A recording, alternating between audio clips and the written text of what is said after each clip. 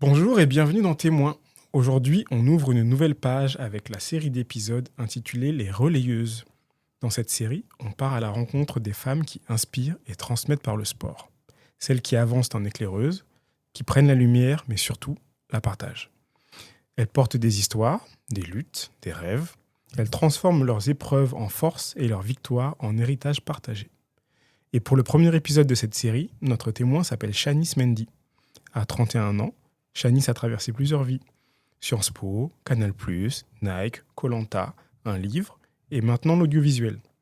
De ses racines sénégalaises, elle a gardé la fierté, la sagesse et la force. De son parcours, elle a fait une boussole. La justice sociale, la solidarité et la transmission. Shanice, c'est une battante, une voix qui porte et inspire, une femme qui relaie. Salut Shanice. Salut. Comment vas-tu ? Ça va très bien, merci beaucoup. Je suis hyper honorée d'être ici, de partager ce moment et surtout hyper honorée de l'intro. Ça Je fait l'avais lue, plaisir. mais ouais, elle me porte beaucoup et elle me rend fière. Donc merci beaucoup d'avoir écrit ces mots. Je t'en prie. Et puis, merci à toi d'être là. On va pouvoir découvrir ton parcours ensemble. Pour commencer, une question toute simple. Peux-tu nous raconter ton parcours et nous dire qui es-tu ? Oui. Alors du coup, je m'appelle Shanice Mendy, j'ai 31 ans. Je suis née dans la banlieue sud de Rouen, donc dans une ville qui s'appelle Grand-Quevilly. Pour ceux qui sont fans du foot, c'est le Petit Poucet. Voilà, plusieurs finales de Coupe de France à notre actif. Exact. Voilà, j'ai grandi entourée de mes deux parents. Mon papa sénégalais, arrivé en France quand il était jeune, et ma maman française normande. Et j'ai eu la chance d'avoir deux petites sœurs, Chanel et Satine. Donc on a grandi à Quevilly. J'ai fait toute ma scolarité à Quevilly, en zone d'éducation prioritaire, dans un quartier ouvrier. Et puis après, j'ai eu la chance de passer le concours de Sciences Po, puisque mon lycée en ZEP était conventionné avec Sciences Po Paris. Ok.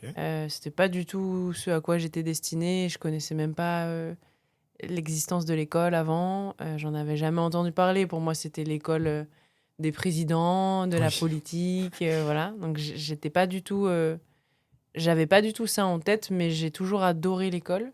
En fait, j'ai eu la chance aussi d'avoir des profs qui ont toujours été beaucoup derrière moi. Alors souvent, normalement, les profs, ils doivent être derrière ceux qui ont plus de mal. Bon, je vais pas me plaindre, moi, ils ont été là pour me booster encore plus, et donc je pense que c'est aussi, évidemment, je leur dois beaucoup. Euh, donc j'ai fait une première et terminale S parce que je savais pas ce que je voulais faire, mais j'adorais l'école, et à l'époque, on disait, bah allez, le scientifique, c'était un peu la voie Royal. élite et royale, et j'aime pas du tout d'ailleurs cette pensée, je trouve que c'est complètement ridicule. Et d'ailleurs, j'ai une anecdote là-dessus. Moi, mes parents n'ont pas fait d'études du tout. Mon père était soudeur, ma mère, mère au foyer. Et en fait, quand j'ai fait S et que les profs m'ont un peu encensé aux réunions parents-prof, ils ont été hyper fiers après, dans leur milieu social, avec peu de capital culturel, de dire ma fille fait Oui. voilà, la voie royale S. Et quand ma sœur, 4 ans plus tard, a dit que elle allait faire ES, mon père l'a vraiment mal pris. Et en fait, avec le recul, c'était un peu lui enlever le statut social qu'il venait d'avoir, tu vois, Oui. ça lui enlevait quelque chose. Ça m'a fait, ça m'a pas fait du bien du tout. Et je trouve que voilà, enfin, c'est juste une note pour dire que c'est dommage de mettre parfois les enfants dans des cases et de leur dire ça c'est bien, ça c'est moins bien. Je Oui. trouve que c'est pas vrai. Voilà, bref, donc Sciences Po après, j'ai eu la chance, grâce à cette école aussi, de voyager beaucoup. J'ai fait un double diplôme au Canada, donc je suis allée à Vancouver pendant 2 ans. Puis après, je suis revenue en master, donc du coup sur le campus de Sciences Po Paris. Master en économie, pareil, je savais pas trop ce que je voulais faire, mais j'adorais le. J'ai une tête un peu logique, un peu maths, donc ça me plaisait. Et puis après, je me suis dit, bon, enfin, en dernière année de master, je me suis dit, mais qu'est-ce Qu'est-ce que que je tu vais veux faire ? faire? Parce que, bon, et en fait, même aujourd'hui, hein, je pourrais même pas répondre à la question. C'est une question extrêmement difficile pour moi, et j'aurais bien aimé que plus jeune, on me déstresse avec ça. Parce qu'en fait, je pense que l'envie, elle vient du faire. Et donc, moi, j'ai fait une année de césure entre mes 2 années de master, du coup, pour tester. Et donc, j'ai fait 2 stages. Le premier chez Canal+, parce que je me suis dit, en vrai, je sais pas du tout quoi faire. Et moi, j'adore le sport. Canal+, c'était un peu... Enfin, je suis une enfant de la télé, mon père. Et, voilà, Cette c'était génération 90. Exactement. Canal Football Club tous les dimanches. Donc, du coup, voilà, je me suis dit, ça serait une belle opportunité, ça rendrait fier mon père. J'ai postulé, du coup, j'ai fait un stage, mon premier stage chez Canal+, à la direction des sports, en marketing. Donc, c'était cool parce que ça m'a permis de découvrir aussi ce que ça veut dire marketing. Et en fait, ça veut pas dire grand-chose tant que tu fais pas quelque chose. Et puis après, j'avais vraiment envie de parler allemand couramment. Et donc, j'ai fait un stage chez L'Oréal en Allemagne. Pareil, j'ai adoré, mais là, du coup, les réponses que j'ai eues, c'est que j'avais besoin de travailler pour un produit qui me parle. Ok. D'avoir du sens, oui, Voilà, dans le exactement. produit ou le service. Exactement. Et donc, voilà. Donc, j'avais quand même, entre mes 2 années de master, une année bien remplie avec ces stages-là. Et en fait, aussi, grâce à Sciences Po, je peux le dire, en fait, c'est une école extrêmement engagée quand même et qui te pousse à l'engagement. Et on avait tous et toutes une asso dans laquelle on... Vous étiez investi, Exactement. vous mettiez du Exactement. temps. Et moi, j'étais investie dans une asso qui s'appelle Noise la Ville et qui était une asso d'éducation aux médias pour les jeunes. Il y avait un festival aussi. Et donc, en fait, tout ça, ça m'a aussi permis d'apprendre le métier que je fais aujourd'hui, qui est le métier de productrice. Moi, la manière dont je vois mon métier, c'est tu sers une vision. Donc ça, c'est quand on fait des documentaires, par exemple. Et tu sers aussi une cause. Mmh. Et en fait, tout ça, c'est venu vraiment de mes engagements associatifs. Et vraiment, j'aurais jamais cru dire plus tard, je suis productrice. Et pourtant, parce qu'en fait, je connaissais pas du tout ce métier. Et je trouve qu'il est très méconnu, finalement. Et la vision de ce métier que j'ai aujourd'hui, c'est vraiment servir une vision et mettre en place les équipes, tout mettre en place, le budget, etc. Tout organiser pour que cette vision puisse Se vivre. concrétiser, oui. Voilà. Et moi, je trouve ça incroyable comme métier. Je trouve ça fou de se dire, en fait, déjà, tu produis quelque chose. Donc C'est tangible. Voilà, Il y a un exactement. résultat. Exactement. Moi, j'ai besoin de ça parce que parfois, quand j'étais en cours et tout, en cours de marketing, j'adorais, mais je me disais, en fait, c'est vague quand même. Oui, ou à quoi ça sert. À quoi ça sert et tout. Et je trouve le métier de prod donne des réponses. Voilà, c'était une réponse très longue, mais voilà. Mais c'est intéressant parce qu'il y a beaucoup de choses. On va revenir sur plein de sujets, Ouais. mais il y a beaucoup de choses intéressantes dans ce que tu dis. Tu voulais faire quoi quand tu étais petite? Parce que tu nous as parlé de tes études. Est-ce que tu avais un peu un idéal ou quand tu es petit, tu dis je veux être pompier, je veux être policier ou autre, ou tu n'en avais pas? J'en avais. J'avais très très envie d'être astronaute. Mmh.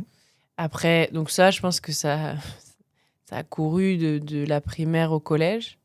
Après, au collège, je me suis dit, en fait, c'est astrophysicienne, je pense, qui te permet déjà d'être astronaute, parce que pour être astronaute, il faut être astrophysicien d'abord.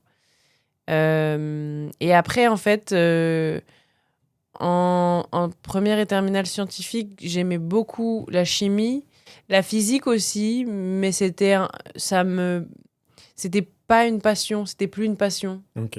Et en fait, comme j'ai eu Sciences Po aussi, je suis pas allée à la fac et j'ai pas fait physicienne. Après, j'avoue, parfois avec le recul, je me dis que ça m'aurait vraiment plu, même si j'avais pas réussi à être astrophysicienne. Mais même, ce domaine m'aurait plu, je pense. Mais je suis très contente d'où je suis. Hein. Okay. Puis je ferai des films sur ça. Oui, il y a toujours des passerelles qui sont possibles aujourd'hui. C'est ça. Et quand tu regardes en arrière, est-ce qu'il y a eu un moment déclencheur par rapport au sport? Et quel a été ton rapport au sport? Est-ce que ça t'est venu de tes parents, d'autres personnes? Comment ça t'est venu? Ouais, ça m'est venu de mes parents totalement. En fait, déjà, mon père faisait beaucoup de foot. Ça, c'était... Et il en faisait beaucoup et il vivait beaucoup foot. Il nous emmenait au match. Et en fait, ce que j'ai toujours adoré chez mon père, c'est que, il était pour le PSG très, très fort. Mais il avait vraiment cet amour du sport et du foot qui... je partage vraiment les valeurs qu'il nous a léguées, en fait. Je me souviens, à la rentrée, j'étais en CM2, je crois.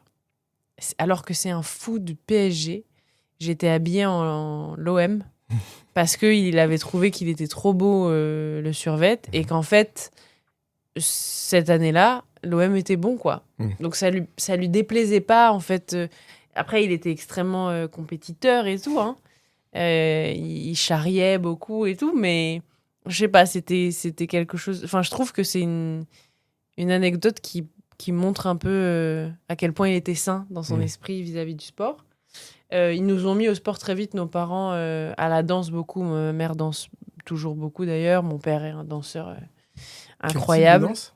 Alors, mes parents faisaient des claquettes ensemble. Ok, sympa. Mon père, il danse le New Jack beaucoup. Je connais pas, c'est quoi? C'est un mix. Déjà, ça se danse surtout sur du jazz, de la soul, blues, etc. De la funk. Ça se danse beaucoup sur de la funk. Et en fait, c'est marrant parce que mes parents se sont rencontrés comme ça. En fait, en discothèque à l'époque, ils faisaient des battles de danse. Ah ouais? Et mon père était contre un ami de ma mère. Et donc, c'est comme ça qu'ils se sont rencontrés. Donc, la danse, elle a vraiment une part très importante. Moi, j'ai fait du modern jazz pendant 15 ans, je crois. Et puis après, un peu de hip-hop aussi. Mais ouais, la danse, ça a toujours... Dans mes deux familles, c'est très fort. Donc, je pense que le sport vient de là aussi. Et puis, j'ai toujours vu mes parents se mouvoir, en fait. Et je comprends aussi qu'aujourd'hui, c'est hyper dur de marcher. En fait, je trouve qu'on devient de plus en plus sédentaire. Et c'est pas forcément une critique parce qu'en fait, on le subit beaucoup. Hein. Mais c'est vrai que c'est plus difficile de se mouvoir par rapport à ce qu'eux faisaient avant. Et je pense que c'est évidemment la faute aux écrans, la faute à l'anxiété générale, le Covid qui nous a quand même un peu recroquevillé, le télétravail, même si j'adore le télétravail, mais forcément, il y a des jours où on ne va pas sortir de la maison. Donc voilà. Et puis après, on a fait du tennis parce que mon père voulait qu'on soit les Williams de Quevilly. Bon, ça n'a pas marché, mais on a fait du tennis pendant très longtemps avec mes sœurs. Ma sœur a fait de l'escrime aussi. Puis voilà, en fait, c'est depuis toujours le sport. On a toujours regardé les plus grandes compétitions, la Coupe du Monde. Puis au-delà de les regarder, on les vivait, quoi. On sortait, on les vivait en famille. Donc le sport, c'est toute ma vie, hein, en fait. Bah, ça me parle parce que moi, je suis un peu comme toi. Je trouve que le sport, ça se regarde pas, ça se vit vraiment. Ouais. Donc ce que tu dis, ça me parle. Et après, comment tu t'es dit, bon, moi, le sport, j'aime ça, j'aime pratiquer, j'aime finalement le vivre dans les événements sportifs. À quel moment tu t'es dit, ça peut être un métier? C'est vraiment à Sciences Po, en fait, je crois, et même en master, parce qu'en fait, il fallait que je sache un peu où est-ce que j'allais aller. Et je me suis dit, qu'est-ce que t'aimes le plus? Et c'était le sport. Donc, je me suis dit, bon, alors cherche là-dedans. Et puis, j'ai fait aussi pendant l'été, je travaillais pour l'Euro 2016 à Nice. Et j'avais la chance aussi de travailler pour le comité olympique français l'été juste après. C'était du coup en août 2016 pour les Jeux olympiques de Rio. J'étais au Club France à Rio. Ah, la folie. Ouais, c'était incroyable. Et en fait, c'est de là aussi... là, je me suis dit, je veux faire une carrière dedans. Et aujourd'hui, évidemment, je regrette pas, ça m'a appris énormément. Mais j'en sors aussi. J'ai envie de faire des choses qui sont pas que rattachées au sport. Okay. Voilà. Mais du coup, on va rester sur le sport, on en sortira après. Comment tu as atterri chez Nike? Eh ben, c'était mon stage de fin d'études, donc après mon Master 2. J'ai postulé chez Nike en stage de fin d'études. Ils m'ont prise et je pense qu'ils m'ont prise aussi beaucoup parce que dans Noise-la-Ville, l'association dans laquelle j'étais investie, en fait, j'avais on va dire une expertise de terrain parce que en fait, on faisait de l'éducation aux médias pour les jeunes des quartiers les moins privilégiés de Paris et d'Île-de-France. Et en fait, je connaissais très très bien le 19e et toutes les villes du RER E et RER B. Et en fait, c'était aussi l'époque où Nike avait envie de pas juste faire du marketing vite fait, et plus ils étaient à la recherche d'un sens un peu plus profond de OK, on sait quels sont les consommateurs et consommatrices principaux et principales, on a envie de leur redonner quelque chose, une expérience et tout. Donc en fait, je suis rentrée dans tout ce mouvement de brand expérience et brand purpose. Et je pense que c'est pour ça qu'ils m'ont prise aussi, parce que du coup, c'était un peu dans la lignée de ce que je faisais déjà avec Noise. Ok. Et du coup, tu peux nous expliquer, pour ceux qui connaissent un peu moins voilà, ces business-là, Ouais. à quoi ressemblait une semaine, qu'est-ce que tu faisais et quels étaient les types de projets que tu avais? Alors, les semaines se ressemblaient pas trop. Ça, c'est cool quand on a un job. Comment? C'est Oui, cool c'est quand on a cool. un job. Ouais, complètement. En fait, ce qui était assez exceptionnel, c'était que moi, j'étais sur le foot, le basket, l'athlé et la danse. Mhm. Et qu'en fait, on m'a demandé de développer des programmes de sport sur ces sports-là pour les jeunes filles aussi, Ok. de 10 à 13 ans. Au début, ça a commencé comme ça. Et en fait, du coup, il faut que tu tisses du lien social avec toutes les assos et les clubs des villes sur lesquelles tu es dépêché. Et tu dois créer un lien avec la marque qui est authentique. En fait, le lien, il passe par toi parce qu'en fait, la marque Nike, ça veut rien dire pour les jeunes et leurs familles. C'est Shanice ou Kenza ou les gens qui vont voir en face. Et ça, j'ai adoré parce qu'en effet, c'était un bon mix. Ma semaine, c'était un bon mix entre du terrain, ça, et aller défendre ton projet à telle ou telle catégorie. Finalement, il y avait le skate qui voulait s'y mettre. Enfin, c'était... En fait, ce marketing-là, il est en interne parce que tu dois te battre pour ta vision. Mhm. Et puis, la faire monter aussi pour qu'il y ait du budget qui soit alloué à ça plutôt qu'à autre chose. Plutôt qu'à juste, je sais pas, une activation lambda Ouais, ou pour vendre du des paires. Prince. Voilà, exactement. Donc, il y a ça. Et puis, il y a vraiment l'impact que tu as de manière concrète sur les gens que tu peux toucher grâce à ça. Voilà. Mais ça, du coup, ouais, on le ressent en fait quand on échange avec toi ou quand on voit ton parcours. C'est vraiment, tu l'as dit plusieurs mots, l'engagement. Ouais. J'ai l'impression qu'on retrouve ça dans finalement les différentes expériences que tu as pu avoir. Et cette notion d'engagement, aujourd'hui, j'ai l'impression qu'elle devient de plus en plus importante pour Ouais. à la fois des clubs, pour à la fois des marques. Nike a longtemps été là-dedans, mais Ouais. on avait souvent du mal à voir comment ça pouvait se concrétiser. Mm. Et ça se voit à travers ton expérience, mais aussi celle que Léa avait partagée avec Ouais. nous ici. Et que j'ai l'impression qu'aujourd'hui, on va plus pouvoir se satisfaire de Nike dit, OK, bah, on soutient par exemple Black Lives Matter. Ouais, Il va falloir exactement. sur le terrain le montrer avec un Colin Kaepernick, alors que tout Exactement. le monde l'avait lâché, Ouais. de faire des publicités avec lui, de le faire vivre encore médiatiquement. Et j'ai l'impression qu'aujourd'hui, ce sera plus négociable. Non, c'est clair. Mais en fait, c'est plus négociable parce que les 2002 et 2003, ils nous demandent ça, en fait. Tu peux plus... C'est marrant, j'avais cette discussion hier avec un ami.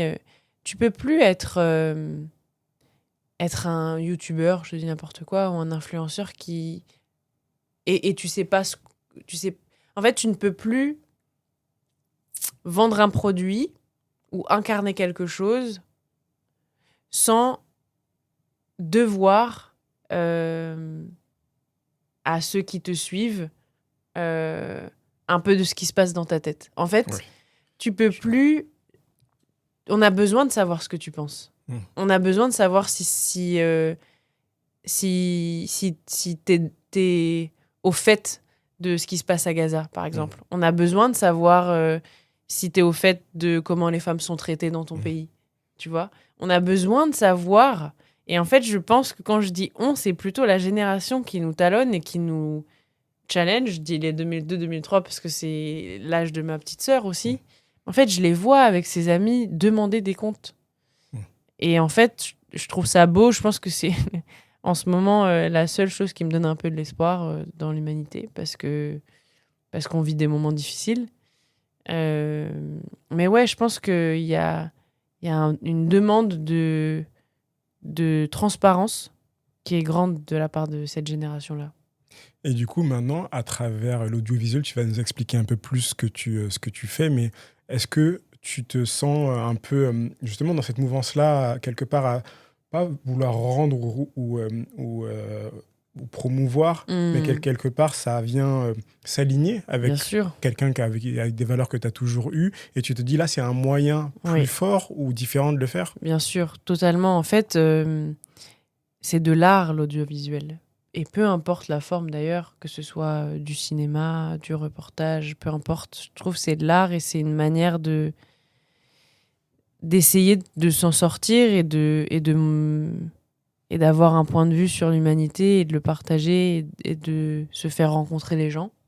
Je trouve que c'est très fort et je pense que là où moi, je puise mon attrait pour mon métier, c'est qui est-ce que j'ai envie de servir, quelle est la vision, quel réalisateur j'ai envie ou réalisatrice j'ai envie de suivre et à qui j'ai envie de donner mon énergie en tant que prod, parce que c'est pas moi la créa, tu vois.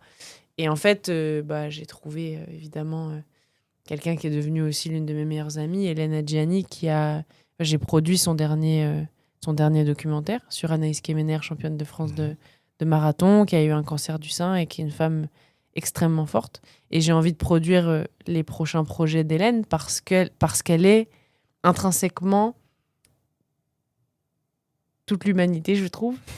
C'est beau. Elle a des points de vue extrêmement forts et tranchés. Et j'ai envie de servir ça.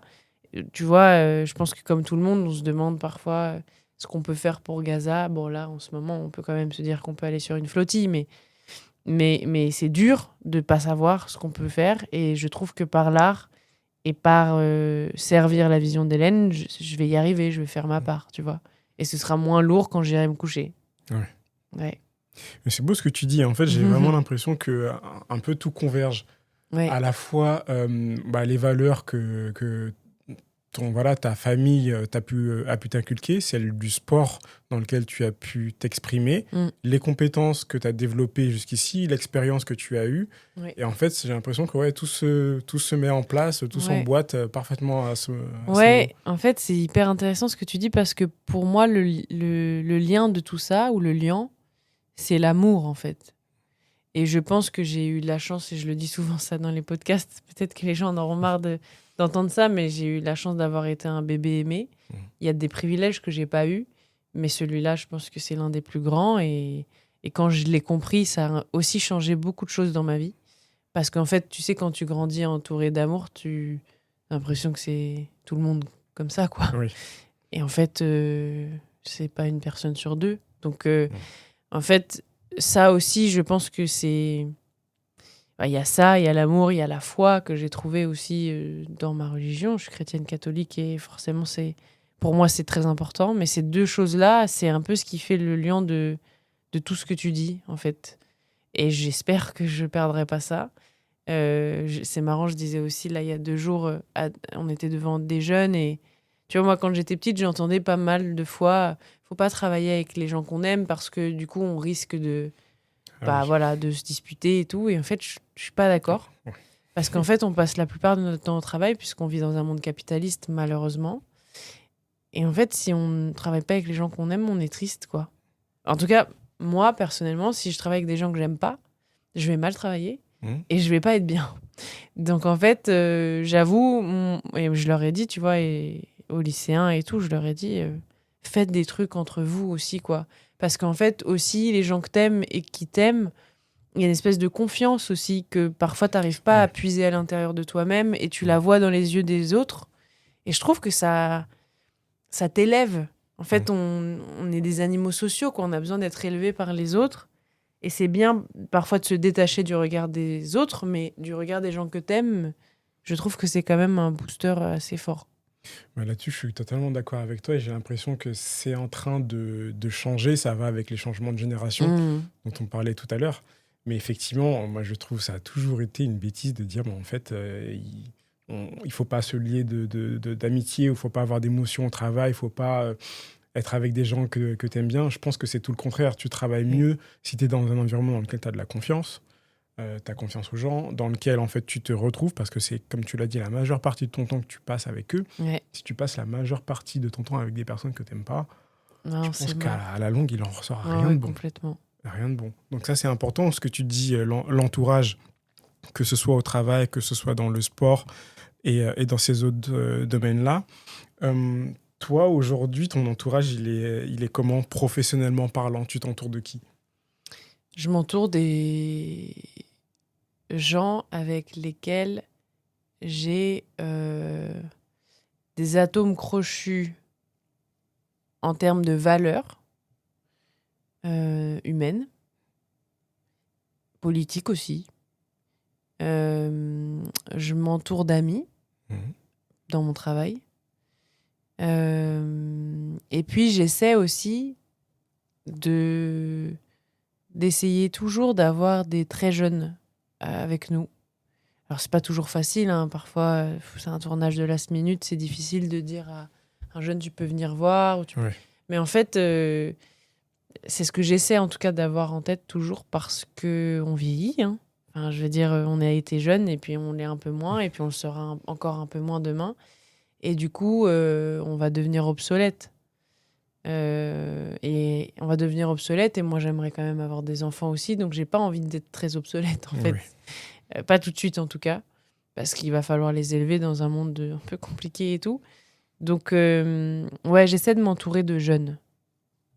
Je Ok. dirais ça.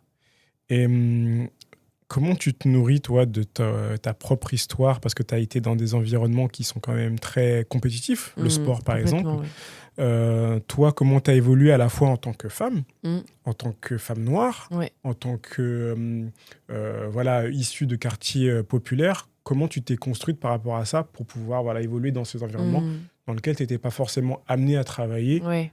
Non, bien sûr. au début de ton parcours quand tu regardes en arrière? Ouais, c'est sûr que c'est vrai qu'avec le recul, Sciences Po, c'était une grosse claque, culturellement parlant. J'avais pas du tout le même capital culturel que les étudiants qui étaient là-bas. Même chez Nike, hein, chez Nike France, ça reste quand même très blanc, très masculin. Donc c'était pareil, c'était pas forcément simple au début. Mais en fait, je trouve que les enfants d'immigrés sont extrêmement forts à s'adapter, mais pas dans le sens des premières générations. Moi, mon père est de première génération. Pas ce sens-là. Ce sens-là, c'est de l'assimilation. Ouais. C'est même pas de l'adaptabilité, c'est de l'assimilation. Je pense que nous, on a des capacités cognitives et de cerveau très développées parce qu'on doit au quotidien essayer de vivre dignement. Et en fait, encore une fois, je pense que ce qui m'a beaucoup aidée, c'est d'avoir, dès le début de ma vie, des parents qui me répètent que, avec mes sœurs, qu'on est 3 femmes incroyables, qu'on peut tout faire, qu'on est aimées. Et même s'ils n'avaient pas le capital culturel de nous dire ah bah tu devrais faire Sciences Po ou tu vois, je sais pas, des trucs d'élite quoi. Juste avoir eu cette certitude que je suis pas une moins que rien, je pense que ça change tout. C'est vrai. Je dis ma famille, là je parle de ma famille nucléaire, donc mes parents et mes sœurs, mais au-delà de ça, mes grands-mères, mes tantes, mes oncles, mes cousins, mes Le cousines. fameux village dont on Exactement. Le village qui éduque l'enfant. On n'est pas censé être seul à éduquer ses enfants. Enfin, c'est complètement aberrant, ça. C'est l'Occident, en fait. Mais en tout cas, moi, j'ai quand même bénéficié, et des deux côtés, hein, du côté français et du côté sénégalais, d'un entourage et d'un maillage familial extrêmement fort et plein d'amour et de force. Et du coup, est-ce qu'il y a eu, soit dans cette famille-là, ou alors de manière plus élargie, voire totalement en dehors, voilà, des modèles ou des figures inspirantes qui, pour toi, t'ont guidé, que ce soit dans le sport ou ailleurs? Mon père spirituel, c'est Denzel Washington. Ah. Donc forcément, en fait, je pense que il me fait beaucoup penser à mon père. Mon père avait un charisme assez exceptionnel, et je dis pas parce que c'est mon père. Il y a plein de choses qui le prouvent. Bon, c'est un peu triste, mais à son enterrement, on était 1000. Donc voilà. Et puis il était dans plein de milieux différents. Il était soudeur, donc il y avait son milieu ouvrier, et puis il y avait son milieu du foot. Enfin, il y avait plein de milieux qu'il adorait et qu'il encensait en tant que personne. Je pense que je tiens ça de lui aussi. Et du coup, en rôle modèle, évidemment, il y a eu mon papa en premier. Et après, Après, en personne connue, donc Denzel Washington, parce qu'il lui ressemble beaucoup et que je trouve que c'est quelqu'un de très fort et d'engagé. Et après, quand j'étais petite, je pense que j'avais pas assez de représentation. Ah ouais. Tu Je vois, pense que ça peut manquer pour les ouais, femmes déjà. exactement. Pour les femmes et les femmes noires, enfin, tu Mm. vois, alors malheureusement, regardez le JT de TF1, c'est plus le cas aujourd'hui. Ma famille ne regarde plus ça, mais euh, quand il y a eu Harry Roselmack sur 7 à 8, de fait, en fait, c'est devenu un rôle modèle. Mm. Alors que c'est peut-être pas la meilleure personne, tu vois. Mais comme il n'y avait que lui qui nous ressemblait, voilà. Je me souviens aussi que quand, en politique, j'avais vu Ramayad, Oui. je m'étais dit, oh, waouh! Et puis bon, en fait, voilà, on n'est pas du tout du même bord et ça va pas, et voilà. Mais c'était hyper intéressant parce qu'en fait, tu te rends compte que dès qu'il y a quelqu'un qui te ressemble, comme il n'y en a pas assez, tu t'y attaches. Et c'est dangereux et c'est pour ça qu'il faut beaucoup plus de diversité dans tous les corps de métier possibles et imaginables. Il faut qu'on soit partout, comme les Blancs sont partout et ils ne se posent pas la question. Il faut qu'on soit partout parce qu'en fait, sinon, tu continues de nourrir un truc d'exceptionnel, tu vois. Un truc où on va encenser une personne, où on va du coup déduire que sa réussite, elle est particulière, tu vois, et que les autres ne sont pas capables. Ça aussi, j'y ai fait face. On m'a beaucoup encensé, tu vois. Et en fait, parfois, c'était malaisant parce que on finit par te dire, en gros, t'es pas une noire comme les autres, tu vois. Ouais. Et ça, c'est Alors, à chaque fois qu'on me l'a dit, c'est pour m'extraire de ma communauté et la dévaloriser, tu vois. Et ça, c'est dur. Donc, j'ai pas eu assez de rôle modèle quand j'étais plus jeune. Et je pense que les jeunes femmes qui me ressemblent, elles en ont pas assez non plus. Ouais. Et aujourd'hui, côté sport, est-ce que tu trouves qu'il y en a qui ressortent ou pas du tout? Bah, on dira Serena Williams, tu vois, mais c'est un peu celle qu'on dit tout le temps, Mm. en fait.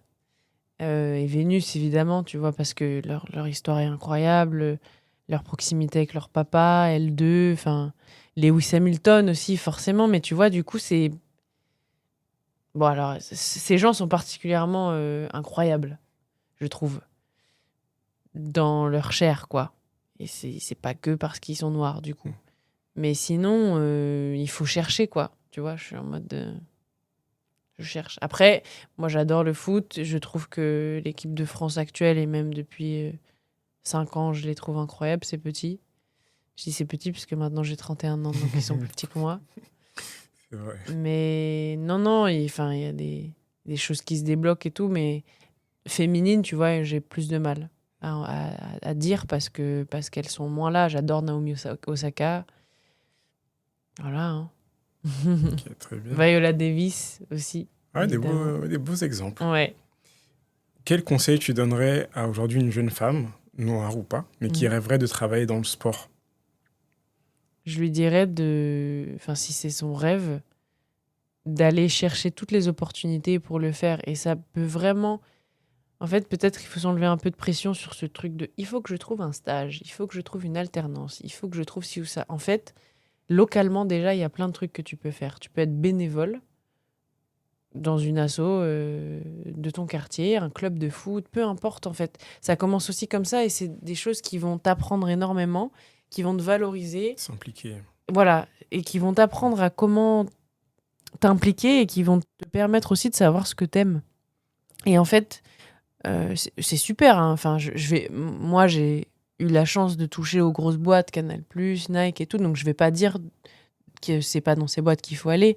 Je dis juste que quand on est plus jeune, évidemment, c'est plus difficile parce qu'on va nous demander un peu bêtement, bah, qu'est-ce que tu as fait avant? Et le qu'est-ce que tu as fait avant, il se trouve vraiment localement, je trouve. Mm. Ça peut être vraiment juste donner son temps le week-end à une asso de quartier, quoi. Et moi, j'ai été biberonnée à ça aussi. Je suis de Quevilly, c'est une ville de gauche depuis des années qui a toujours mis beaucoup, beaucoup de budget sur sa jeunesse. Et tu vois, moi, mes parents n'avaient pas forcément beaucoup de sous pour qu'on parte en vacances à l'étranger et tout. Et en fait, j'allais à la maison de quartier, à l'espace jeunesse. Et en fait, pour partir, donc évidemment, c'est payant, hein, mais pour partir, pour aider tes parents à financer ton voyage, on faisait des chantiers. Et en fait, on donnait de notre temps à des assos. Ah oui. Et en fait, Ouais. c'est trop bien parce que ça t'apprend aussi que partir en vacances, c'est pas comme ça. Enfin, tu vois, t'as une espèce de notion de l'autre aussi, de ce que ça implique de partir en vacances pour tes parents, pour toi. Enfin, et puis il y a un truc de fierté aussi, tu Oui, vois. d'avoir contribué. Ouais, exactement. On faisait des trucs pour l'UNICEF, même localement, le Téléthon solidaire, le Noël solidaire, tu vois. Voilà, ça, je pense que j'ai aussi été biberonnée au bon biberon. Et ça, c'est fort ce que tu dis parce que aujourd'hui, quand on parle voilà, d'expérience dans le sport, tout de suite, effectivement, on veut taper sur les clubs professionnels, les fédérations, Bien etc. sûr. Alors qu'il y a énormément de choses à faire en Ouais, local par le biais d'associations qui permettent de donner de son temps, donner euh, voilà, de ses valeurs aussi, mm, montrer dans quoi on s'implique parce que souvent, on va essayer de trouver quelque chose qui nous ressemble, pardon. ouais, Et en même temps, de se dire, bah, c'est une expérience terrain. C'est une expérience terrain exactement. qui compte. Et parfois, tu vas faire beaucoup plus à cette échelle-là que Exactement. ce qu'on va te donner comme responsabilité chez un Exactement. Nike, à la FFF ou Ouais, autre. ouais, complètement. Non, non, je te rejoins complètement. Et puis après, c'est aussi, et ça, je le dis, c'est vrai beaucoup pour les femmes, on a tendance, nous, à se dévaloriser déjà, et surtout à ne pas se valoriser. Et donc, là, je parle de... Enfin, on est entre nous, donc je dis, voilà, n'hésitez pas à faire des expériences un peu bénévoles et tout. Mais c'est pas des choses que tu es obligé de mettre sur ton CV et t'es pas obligé de Oui. dire que c'était bénévole. T'es pas obligé de dire... Enfin, en fait, il Tu y a peux le aussi... valoriser comme tu veux. Exactement. Et ça, je trouve que dans le verbatim, les femmes, on nous apprend pas à se mettre en valeur parce que quand une femme va parler d'elle, on va dire qu'elle se la raconte. Il y a ce travers-là Ouais, qu'on va souvent, comment dire, reprocher aux femmes qu'on ne reprochera pas aux hommes. exactement. Et je Sur pense qu'il faut de, arrêter. voilà. En fait, on va prendre de la confiance en soi des femmes pour de l'arrogance, alors que pour un homme, ce ne sera Voilà, pas le cas. exactement. Et ouais, ça fait partie des injustices. C'est un peu Oui, difficile à vivre, j'imagine, ouais. quand tu es une femme. Euh, on a vu la partie conseil. Je voulais te demander, quelle a été pour toi la plus grande émotion liée au sport, que ce soit en tant que spectatrice ou en tant Mm, que professionnelle? Tu peux nous dire quelque chose qui est arrivé chez Nike ou tu peux ouais. nous dire quelque chose qui est arrivé avec ta famille, un événement, Mm. je sais pas, la Coupe du Monde 98, J'en ai 2022, tellement. 2018 ou autre. J'en ai tellement. La seule fois où mon père est venu nous chercher à l'école, c'est quand le Sénégal a gagné Ah, contre la France. Voilà. Donc ça, forcément, c'était au foot. C'était incroyable. Ça, c'est un... Je le vois arriver avec le drapeau en plus immense, alors que mon père, il est très... il est low-key, quoi. Il a pas envie... Déjà, il est immense, donc quoi qu'il arrive, il se fait remarquer. Il est charismatique, donc c'est pas quelqu'un qui va... surtout à l'école et tout. Il va pas montrer... Et ce jour-là, il l'a fait, quoi. Ça, c'est un souvenir hyper fort. Récemment, c'était incroyable. J'ai eu la chance d'assister à la demi-finale. Et après, ils ont gagné. La demi-finale par équipe en judo aux Jeux de ah Paris, là. oui, C'était extraordinaire. extraordinaire. Ça, c'était très fort pour moi. Euh, Et après, bah, forcément, koh c'est particulier. Gagner sur koh ça n'a pas de prix, quoi. Mm. C'est vraiment une sensation que j'avais jamais ressentie avant. Pourtant, j'ai fait du sport, des compètes et tout, des trucs importants qu'on comptait, mais c'était juste gagner une immunité ou Mm. gagner un confort, savoir que tu vas manger, c'est bête. Mais ouais, c'était assez incroyable, je dirais Qu'est-ce ça. qui t'avait donné envie de participer à l'aventure, koh? En fait, j'ai perdu mon papa en 2019. J'ai toujours regardé koh et je me suis dit, j'ai envie de faire quelque chose qui me montre que je peux faire les choses sans lui. Sans voilà, tout son amour, sans lui qui me pousse et tout. J'avais besoin de me prouver, je pense que j'étais capable. Et j'avais besoin de partir, Mm. loin. De changer d'environnement Voilà, pendant un moment. exactement. Alors on peut faire autre chose, hein. On n'est pas obligé de faire koh mais je pense que ça a réuni à ce moment-là tous les critères dont j'avais besoin. Qu'est-ce que tu estimes y avoir gagné, personnellement? Je pense que j'ai gagné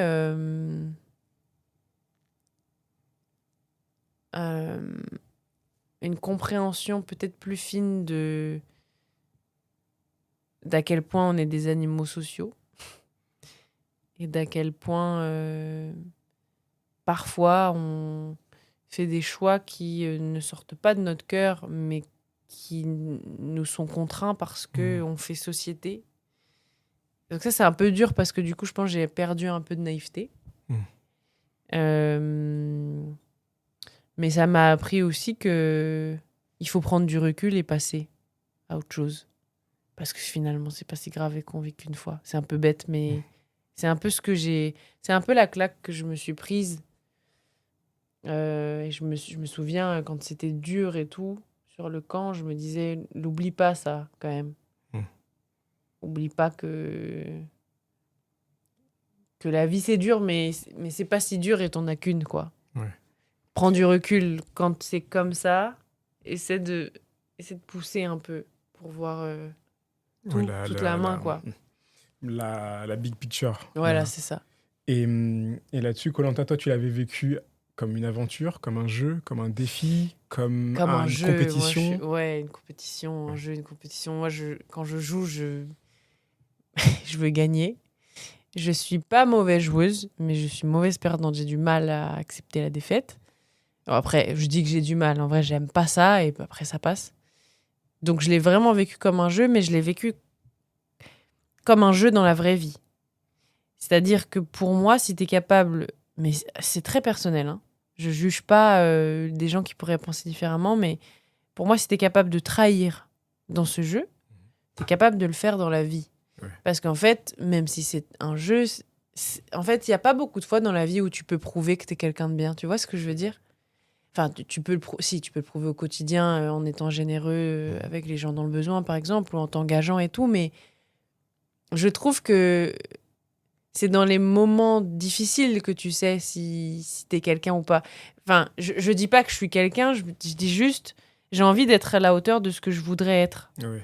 Et j'avais envie dans ce jeu d'être à la hauteur de ce que je voudrais être. Alors ça m'a porté préjudice parce que du coup, j'ai fait trop confiance, tu vois. Mais en même temps, c'est ça qui m'anime. Moi, j'ai besoin de ouais, ta c'est façon ça. de faire, de ta façon J'ai d'être. besoin de me dire que j'ai bien joué, en fait, et que j'ai trahi personne et que c'était bien le projet que j'avais, tu vois, qu'il était bon. C'est bête, tu vois, mais tout à l'heure, j'avais terriblement faim. J'ai pris une pomme dans mon sac, mon ami est parti et j'allais la prendre. Et là, il y a quelqu'un qui est venu derrière moi, en plus, qui est venu demander est-ce que vous avez une bouteille d'eau ou quelque chose à manger ? J'avais vraiment faim. Et je me suis dit, c'est impossible de te... Enfin, j'aurais pas pu bien vivre le fait de pas lui donner. Tu vois ? Parce que même si j'avais très faim et que je venais de faire du sport et que j'étais au taf et que c'était une grosse journée et qu'il y avait ça et que j'avais envie d'avoir un coup de fouet, tu vois, je pouvais pas ne pas donner la pomme. Sinon, quand même, il y a une espèce de miroir face à toi qui te dit t'es égoïste, tu vois. Et je peux pas, moi. Ça me gêne de moi. Moi, je pense que ce que je pense de moi, c'est plus important que ce que les gens vont penser de moi. Et j'avoue, je trouve que c'est sain quand même. Je suis d'accord avec toi. Ouais. Je suis d'accord avec toi. Mais c'est drôle parce que par rapport à koh et c'est intéressant ce que tu dis, j'ai l'impression que finalement c'est un jeu qui a ses règles, mais que quelque part quand toi tu viens jouer à ce jeu avec tes propres valeurs, c'est des règles qui te sont propres et que chacun a ses règles différentes. Exactement. Et que quand on regarde, c'est fou et parmi les spectateurs, on va jamais avoir pour deux personnes le même avis sur tel ou tel candidat ou sur telle ou telle situation. Parce que c'est des miroirs en fait. Ils nous renvoient ce qu'on est. Donc tu vas aimer ou pas aimer quelqu'un parce qu'il va te renvoyer à ce qui te met inconfortable. C'est pour ça que j'adore cette émission aussi. Hein. Et que j'adore le divertissement. Je suis une enfant de la télé, moi j'aime tout. Hein. Je peux regarder Love is Blind France comme koh-Lanta, comme... Mais du coup, dans koh-Lanta, est-ce que par exemple la dimension sport, toi tu l'attendais, tu l'as trouvé plus difficile, moins difficile que finalement la survie? Quelle était finalement la place du sport dans cette aventure-là? Alors, elle était grande parce que c'est de la compétition, parce que c'est des épreuves physiques, quand même, il y en a beaucoup, hein, qu'elles soient statiques ou du parcours, il y en a chaque fois presque. Et puis après, il y a aussi de la logique et tout, mais ça prend une grosse place. Après, c'est pas le plus difficile. Enfin, c'est pas le plus difficile. J'ai un mauvais souvenir du parcours du combattant, mais ça reste accessoire parce que ce qui est le plus difficile, c'est porter une équipe, tu vois, ou porter un projet ou une vision. Ça, c'est difficile. Te faire entendre sans être un tyran, tu vois, sans bafouer aussi qui tu es de l'intérieur. Ça, c'est les autres, c'est dur. Ne pas manger, c'est dur. Ne pas dormir, c'est le plus dur.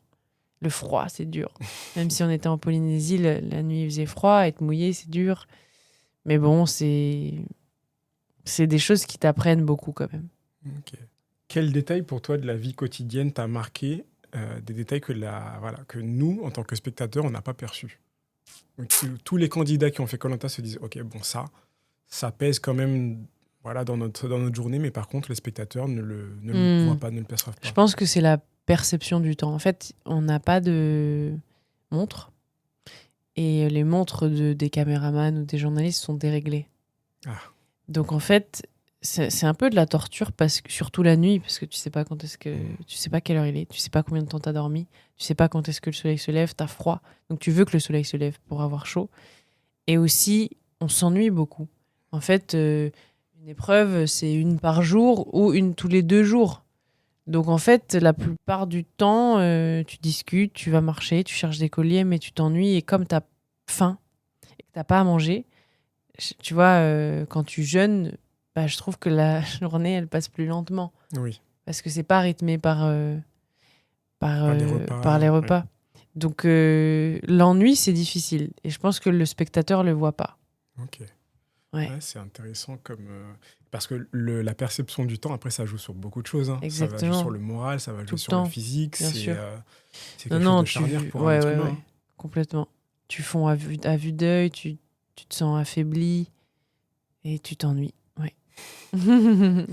Est-ce que vous aviez des moyens de briser l'ennui ou Oui, bah, pas? on a fait des parties de loup-garou sans les cartes.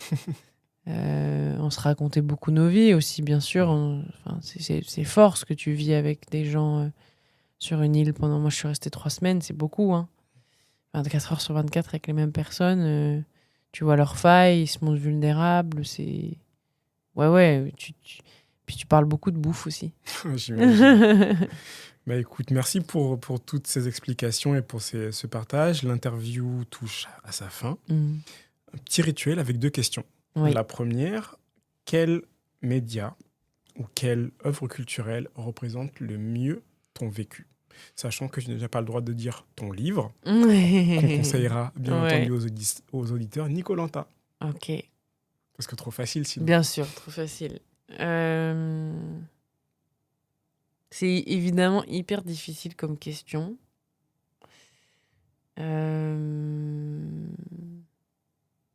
J'essaie de penser à ce que les gens me disent. Oh, tu me fais penser à... ou mais c'est quand même très, très difficile. Je rappelle, ça peut être plein de choses. Ouais. On a eu des restaurants, on a eu des films, il y a eu des séries télé. Qu'est-ce qu'on a eu d'autre? Ouais, il y a pas mal de choses. Hein. Ça peut être des chansons. C'est marrant. Si j'avais une bande-son de ma vie, ce serait le générique de Sous le soleil. Ah oui. Ouais. Pourquoi? Je sais pas, à chaque fois que je l'entends, il va toucher un truc très particulier à l'intérieur. Je pense, ma mère adorait.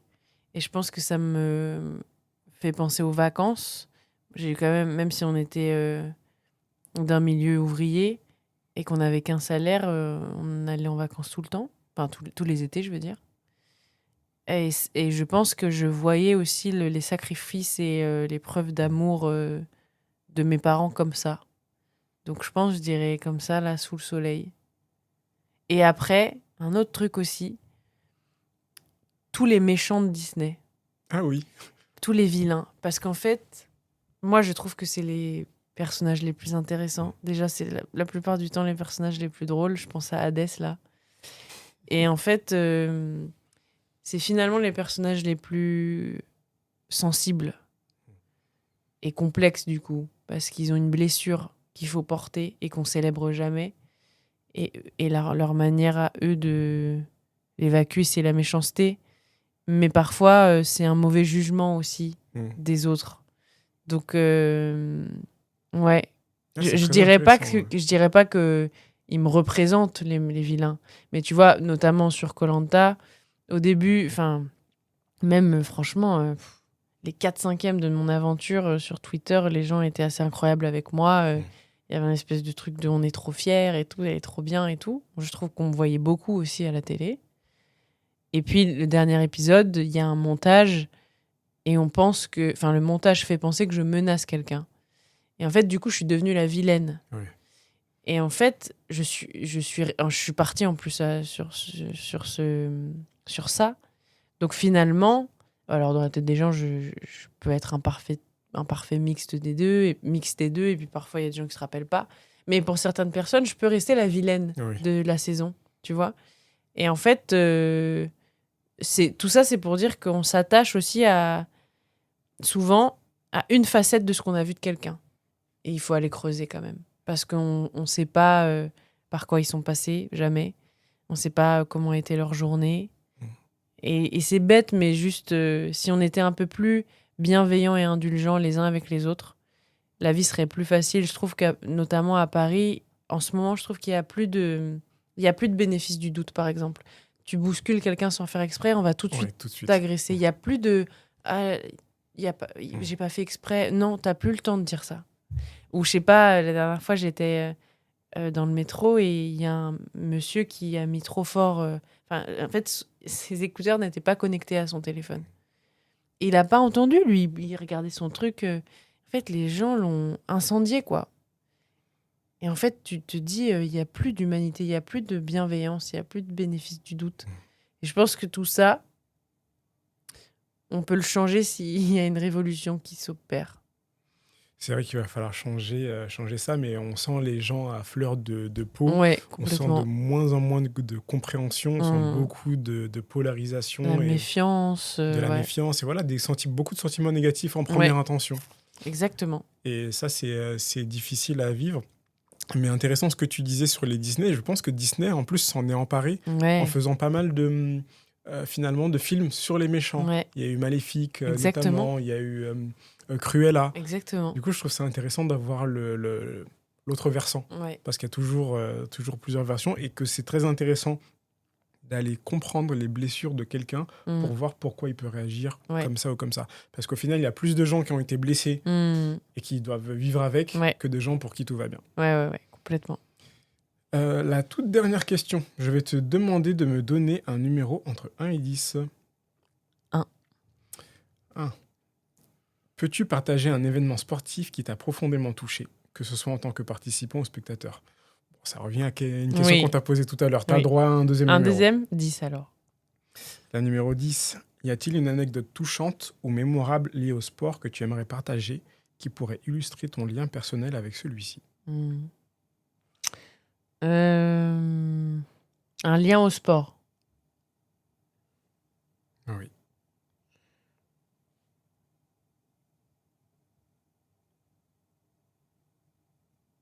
Un événement sportif ou juste... Un événement sportif, ça peut être toi en tant que qui y a assisté, ou alors tu l'as regardé en famille et que du coup il en est ressorti un moment émotionnellement plus fort que le match que tu as pu regarder le week-end dernier. Je pense... Alors je sais plus en quelle année c'était, mais c'est la première fois que j'ai vu mon père exulter comme ça. C'est quand à l'époque le PSG était relégable, donc c'était il y a longtemps. Et qui sont sortis de la... Tu sais, il y avait le multiplex. Oui. À l'époque, sur Canal+, on regardait. C'était la dernière journée du championnat. Et du coup, Paris a marqué. Et c'était...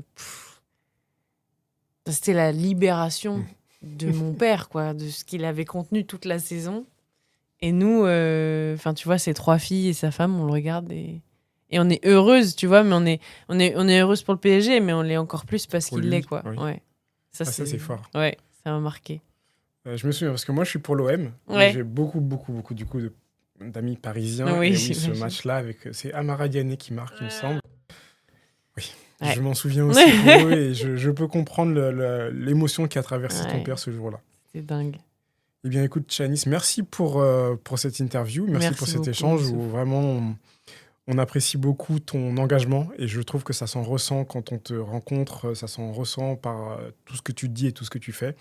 Et donc, j'espère que voilà, en tant que première relayeuse, ça inspirera d'autres femmes, Je suis très d'autres fière filles d'être et puis les gens de première. manière générale. Trop bien. Bah, merci beaucoup. Et à très vite. Et puis, on pourra retrouver Shanice sur les réseaux, si Oui. tu veux bien partager ton compte Instagram, par exemple, si Oui. jamais voilà, vous êtes intéressé pour pouvoir poursuivre cet échange très enrichissant. Ouais. Bah, c'est shanice.mendy, shanice.mendy, M-E-N-D-Y. Super. Je le remettrai dans la description de l'épisode. Merci encore à toi. Et Merci. puis merci à tous ceux qui ont écouté l'épisode jusqu'au bout.